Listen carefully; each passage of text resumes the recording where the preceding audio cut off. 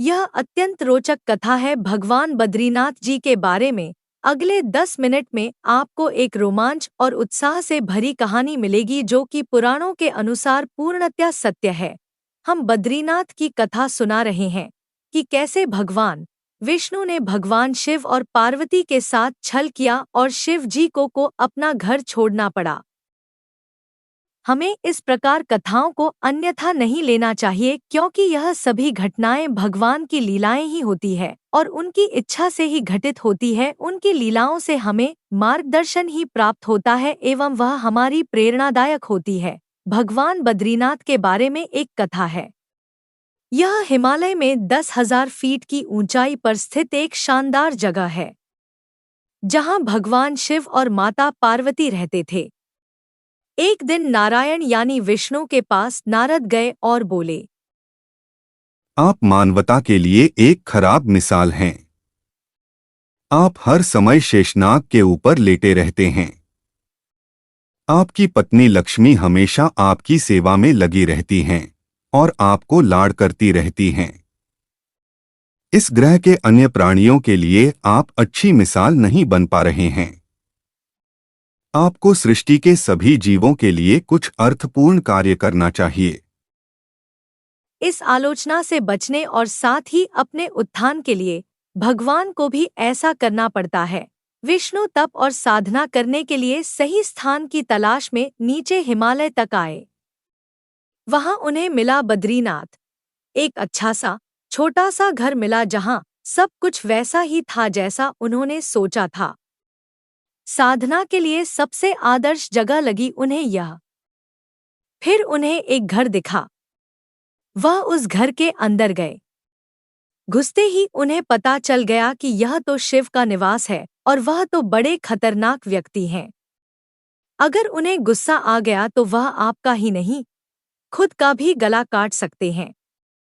यह ऐसे में नारायण ने खुद को एक छोटे से बच्चे के रूप में बदल लिया और घर के सामने बैठ गए। उस वक्त शिव और पार्वती बाहर कहीं टहलने गए थे। जब वे घर वापस लौटे तो उन्होंने देखा कि एक छोटा सा बच्चा जोर जोर से रो रहा है। बच्चे को जोर जोर से रोते देख पार्वती के भीतर मातृत्व जाग उठा और वे जाकर उस बच्चे को उठाना चाहती थी।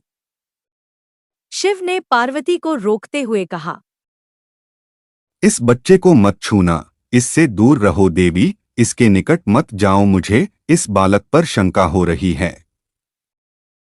कितनी क्रूर हैं आप, कैसी नासमझी की बात कर रहे हैं।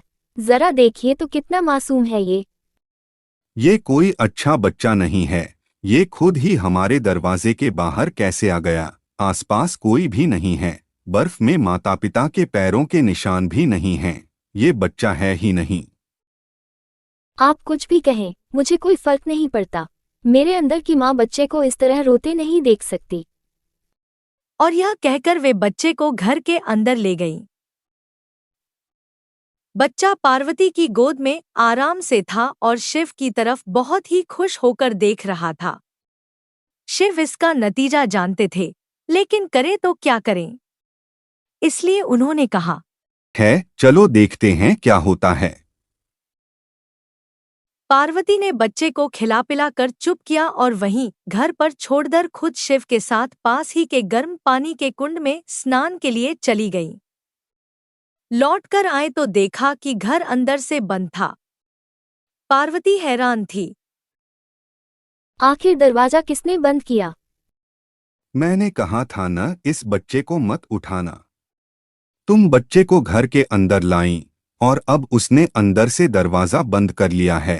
घर के अंदर जाकर हमें हमारे ही घर से निकाल दिया। मैं तो पहले से ही मना कर रहा था, इस बालक का विश्वास मत करिए, पर आपने मेरी एक नहीं मानी।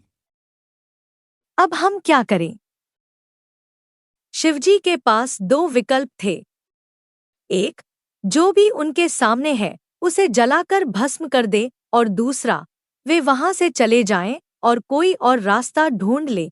उन्होंने कहा, चलो हम कहीं और चलते हैं, क्योंकि यह तुम्हारा प्यारा बच्चा है, इसलिए मैं इसे छू भी नहीं सकता। इस तरह शिव पार्वती अपना ही घर गवा बैठे और शिव पार्वती एक तरह से अवैध प्रवासी बन गए। वे रहने के लिए भटकते हुए सही जगह ढूंढने लगे और आखिरकार केदारनाथ में जाकर बस गए। इसी तरह की दिलचस्प वीडियो के लिए वीडियो को लाइक, शेयर और चैनल को सब्सक्राइब करें। Thanks for watching.